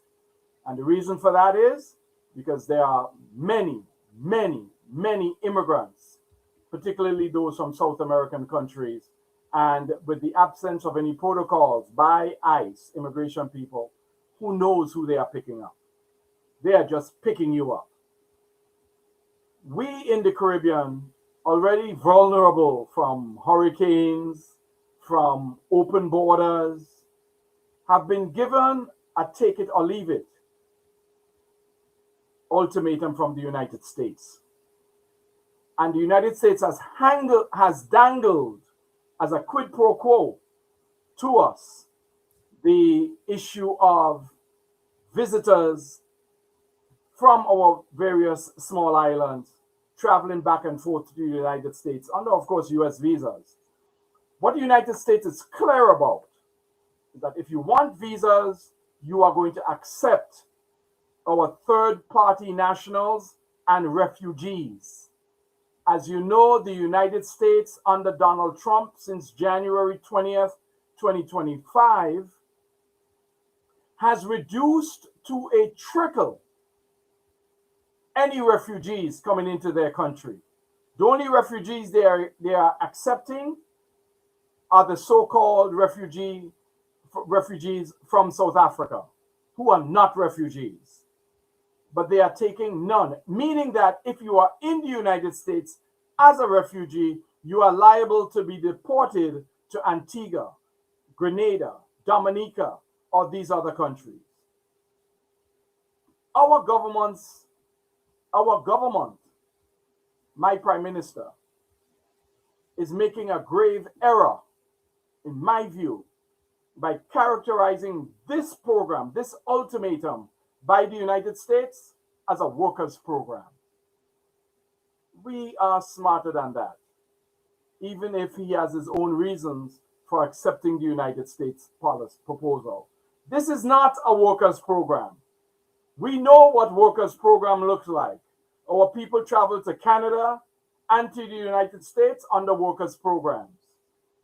There is coordination between our immigration officials and the immigration officials in Canada, in the United Kingdom, in the United States. All of us know what these programs look like. This is not that.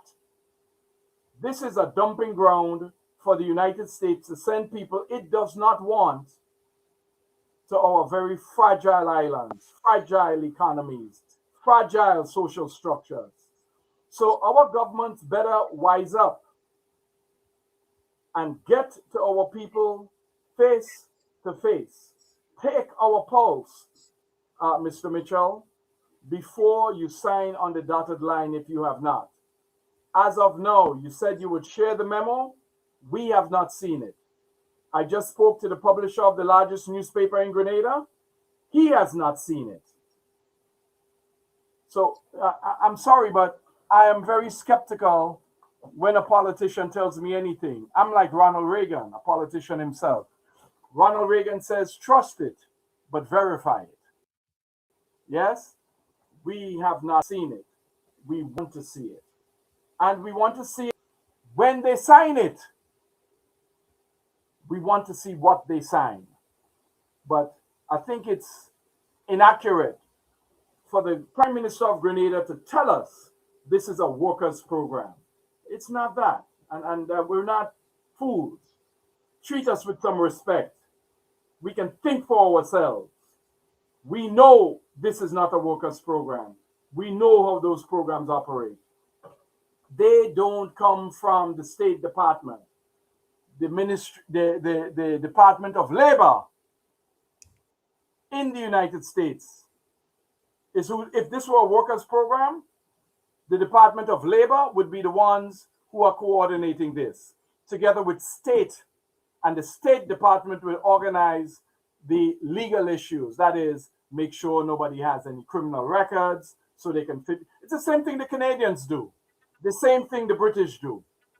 So no, this is not a jobs program, and until and unless the government comes to its citizens at home and abroad, in particular in the United States, I hope they don't sign this, because this could rupture our social fabric for a very long time to come.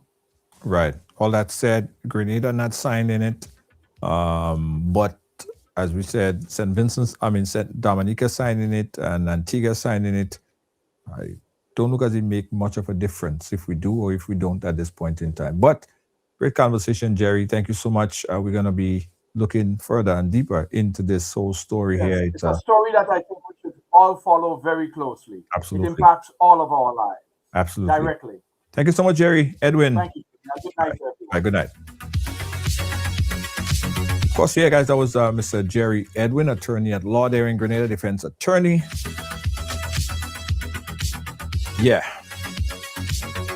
Guys, this program was brought to you by Ride Go. Do you need a taxi? It's like an Uber. Get it in your phone. Download it in your phone. You need it. You're going to need it. Download the Ride Go. Be right back. There's a new way to move in Grenada. Ride Go. Ride Go is here.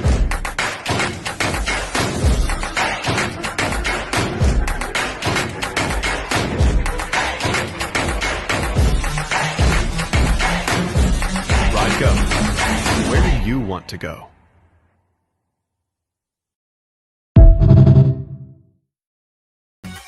Yeah, guys. So RideGo is an app. It's similar to Uber. If you're in Grenada right now, or even if you're not in Grenada, you're anywhere in the world, you want to have this app because you could, if you go into Grenada, as soon as you get on the airport, you could call a taxi on your phone and the taxi will be there to pick you up. It's just like Uber for those of you who use it outside. Now, if you're in Grenada right now and you need to go somewhere, you need to get from point A to point B, buses are running, download RideGo. We had situations where customers, they are traveling and they have a flat tire. And what they have to do, they have to get someplace. Call a RideGo, they'll be there to pick you up. Download RideGo in the App Store. Just go in and search RideGo, RYDEGO. Check it out right now. RideGo, where do you want to go?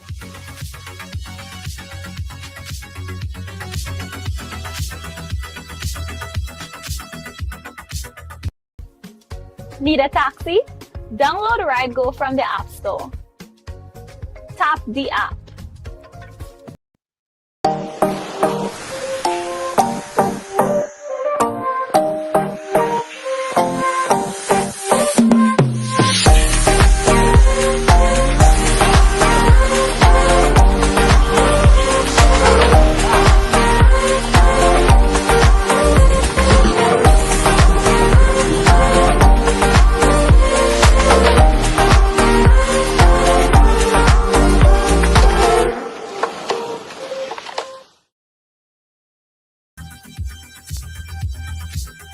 Right Along Live is also brought to you with kind compliments of the GTA, Grenada Tourism Authority. Listen, trying to get to Grenada, the safest place on planet Earth.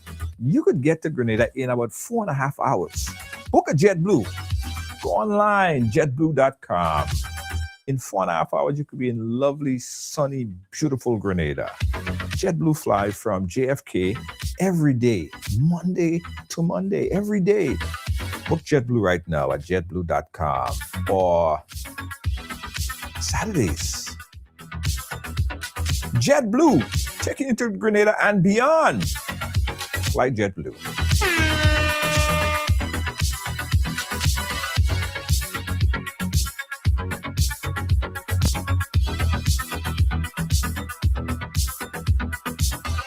Yeah, guys, this weekend, make it a weekend, make it a week to get some exercise. Get some exercise, man.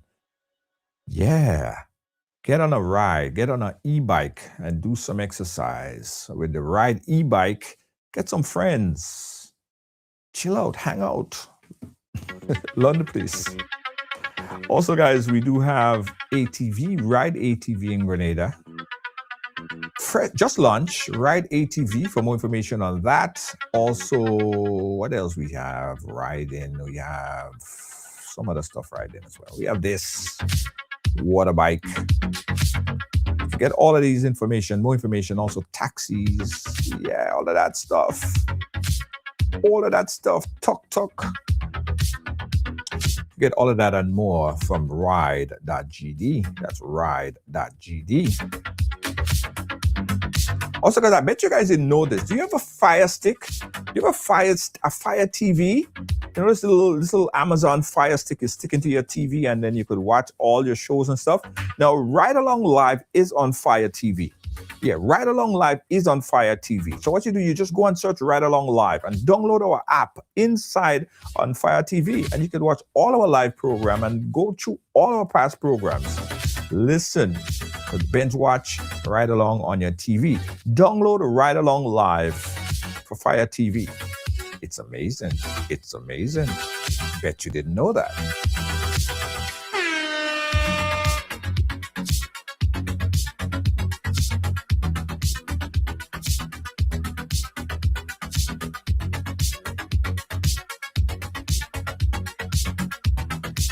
Again, guys, thank you for watching. Thank you for being a part of our program. On behalf of all of our production crew here at Ride Along Live, our senior executive producer, Lois JJ, and everyone here at Team Ride Along Live. Oh, guys, I forgot to tell you. You see, I'm wearing my Africa Mashoud wear, right? So we're going to Africa. We're going to be in Africa from April 16th to the 26th, right? It's called Touch Africa, right? Touch Africa. We're giving you an opportunity to touch Africa.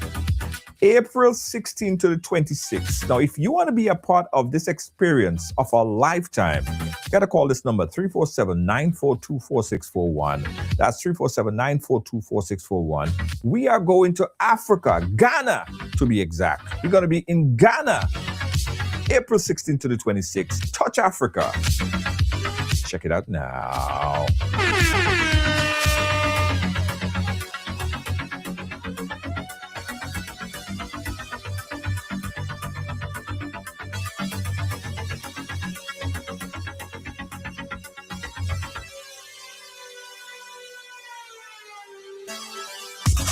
You guys again tomorrow, mañana, pues todos mis amigos y mis amigas, buenas noches.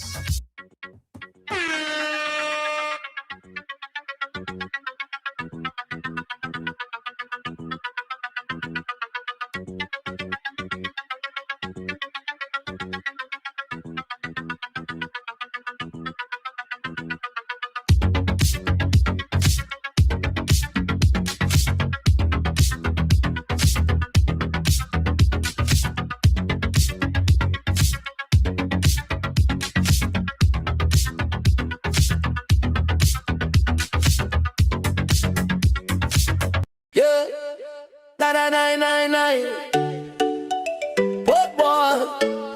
Yeah. What boy? What boy? The sun is hot. The breeze is slow. I need a ride. Where do I go? Ride go. Yeah. That's the name. Island roads will never feel the same. Tap the app. Just one click. Hopping fast. It's real quick. Ride go. Where do you wanna go? To the beach, to the street, let the island flow. Ride go. The good vibe show, fastest growing ride. Everybody know. Ride go. Where do you wanna go? To the beach, to the street, let the island flow. Ride go. Let the good vibe show, fastest growing ride. Everybody know. Where do you want to go?